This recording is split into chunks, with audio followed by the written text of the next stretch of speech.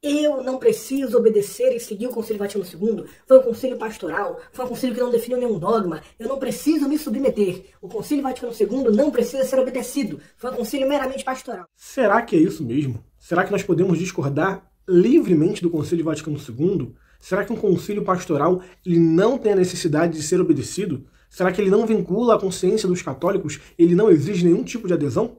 É o que veremos nesse vídeo. Durante o Concílio Vaticano II, dentro do próprio concílio, já houveram muitos questionamentos em relação à autoridade dos seus ensinamentos. E isso levou com que a Congregação Geral, no dia 16 de novembro de 1954, fizesse uma nota explicativa prévia sobre dois assuntos, entre eles sobre o valor dogmático dos ensinamentos do concílio. E essa nota diz o seguinte: levando em consideração o costume conciliar e a índole pastoral do presente concílio, este Santo Sínodo só define como devendo ser sustentado pela Igreja quanto à fé e à moral o que tiver sido claramente declarado como tal.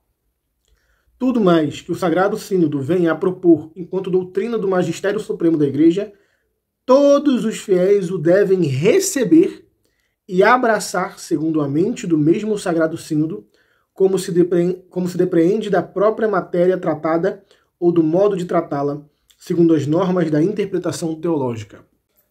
Bom, vocês veem claramente que não existe nenhuma brecha, nenhuma frase, nenhuma cláusula que diga que pode se discordar livremente do que é ensinado.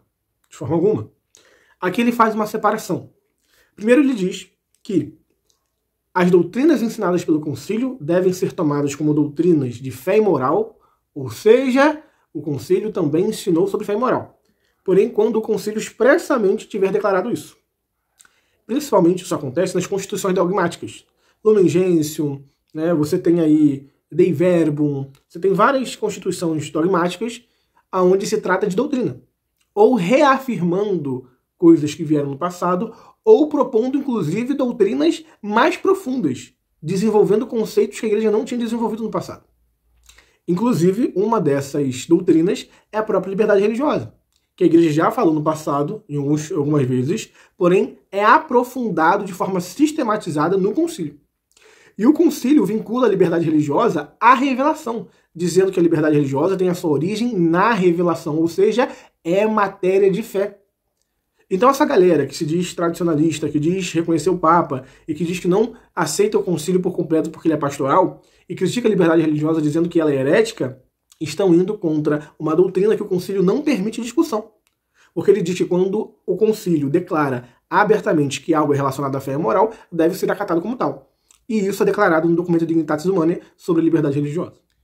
Então o Concílio Vaticano II, ele não somente reafirmou doutrinas e dogmas do passado, como ele, por sua própria autoridade, ensinou doutrinas que não foram aprofundadas antes e que o concílio aprofunda, explica e divulga. Ou seja, doutrinas que não podem ser negociadas, que não podem ser rejeitadas, que vêm da autoridade do Supremo Magistério da Igreja, ensinada no concílio pastoral. O fato do concílio ter um foco pastoral não tira a sua autoridade no nível doutrinal. Nós veremos nesse vídeo que pastoral e doutrina não são duas coisas excludentes ou contraditórias. E o documento prossegue dizendo: tudo mais, ou seja, todas aquelas coisas que não estão dentro dessas doutrinas claramente de fé e moral, mas que também fazem parte da doutrina da igreja, porém em aspectos diversos, inclusive os aspectos pastorais, tudo mais que o Sagrado Sínodo vem a propor enquanto doutrina do Supremo Magistério da Igreja. Isso aqui é interessante, Supremo Magistério da Igreja. O Concílio Vaticano II não é um magistériozinho bobo, um magistério ordinário, né? Inclusive o magistério ordinário deve ser acatado como ensina Pio XII. Não se pode rejeitar o magistério ordinário, as encíclicas dos papas, e nada que é ensinado no magistério ordinário pode ser descartado. Já começa por aí. Mas o Concílio Vaticano II não é um magistério ordinário. É o Supremo Magistério da Igreja. E aqui que está. O Concílio Vaticano II é pastoral? Sim. Teve enfoque pastoral? Sim. Mas não deixou de ser o Supremo Magistério da Igreja. Rejeitar o Concílio Vaticano II é rejeitar o Supremo Magistério da Igreja. E a Igreja, no seu Supremo Magistério, ensinou coisas que é de fé e de moral, mas também ensinou coisas que é pastoral e disciplina. E nenhuma das duas coisas devem ser rejeitadas, porque provém da suprema autoridade da Igreja. Um concílio ecumênico é um magistério extraordinário e tem suprema autoridade. não só em fé e moral, mas também nos outros assuntos que relacionam pastoral, disciplina e governo. Ele vai continuar. Todos os fiéis, não só os pastores, não só os leigos, não só um grupo, todos os fiéis têm a obrigação de receber e abraçar, segundo a mente do mesmo sagrado sínodo. Ou seja, não tem opção. Não é livre para você julgar conforme lhe apraz aquilo que você gosta e aquilo que você não gosta. Você tem o dever e a obrigação de acatar, de se submeter àquilo que o Conselho ensina. E para que não se digam que eu estou usando apenas o Concílio Vaticano II e rejeitando todo o magistério que veio antes, e que isso que o Conselho ensina não está de acordo com o que veio antes, eu trago aqui a Constituição Dogmática Pastor Eternus do Concílio Vaticano I, onde define o dogma da infalibilidade papal. E olha só o que ele diz. O Romano Pontífice, quando fala ex cátedra, isto é, quando ele fala ex cátedra, quando ele fala da sua cadeira, né? Isto é, quando no desempenho do munus de pastor e mestre de todos os cristãos, define com sua suprema autoridade apostólica, que determina doutrinas referentes à fé e à moral, devem ser sustentadas por toda a igreja. Então, pera lá. Veja, ele tem que falar como pastor e mestre. Não é só como mestre. A autoridade do Romano Pontífice também é quando ele fala como pastor. O Romano Pontífice tem autoridade também no seu ofício pastoral. Ele deve ser acatado, porque quando ele fala como pastor de todos os fiéis, e o Concílio Vaticano II é exatamente para toda a igreja, ele deve ser acatado. Ele não pode errar, ele não pode ensinar um erro a toda a igreja.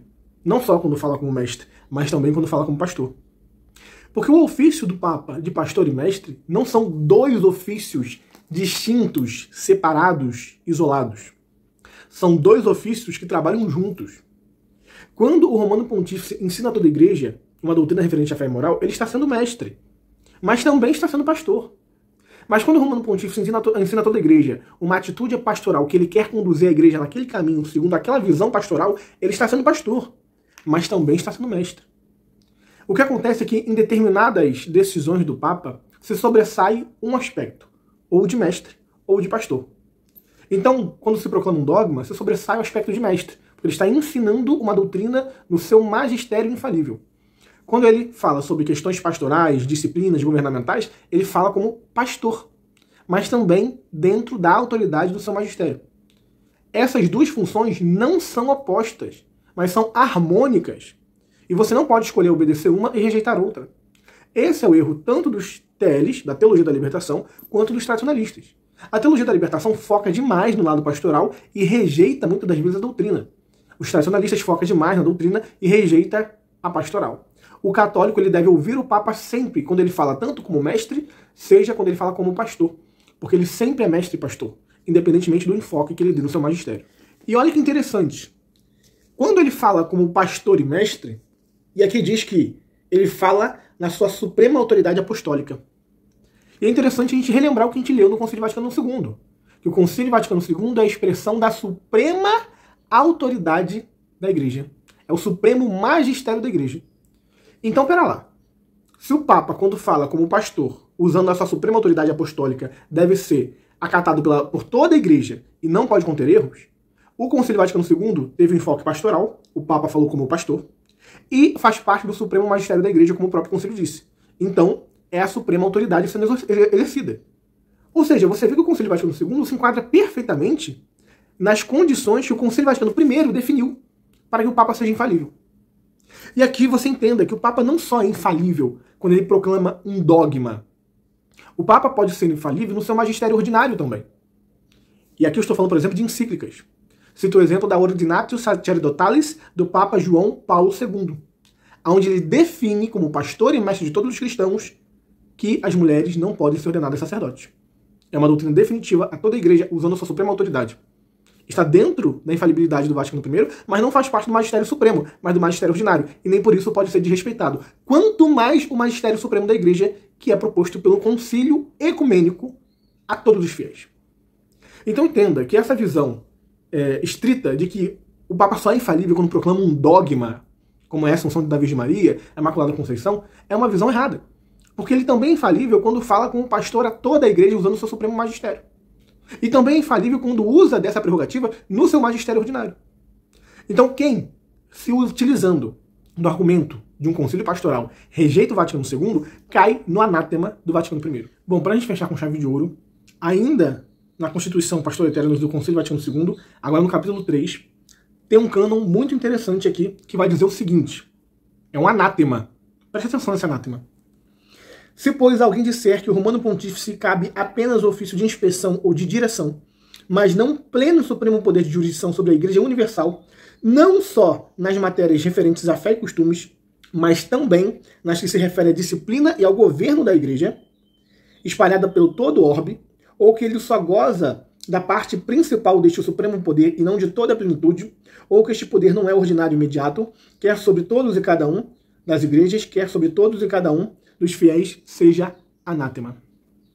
O Concílio Vaticano I, ele condena com anátema quem não se submete às decisões do Romano Pontífice naquilo que se refere à disciplina e ao governo da Igreja.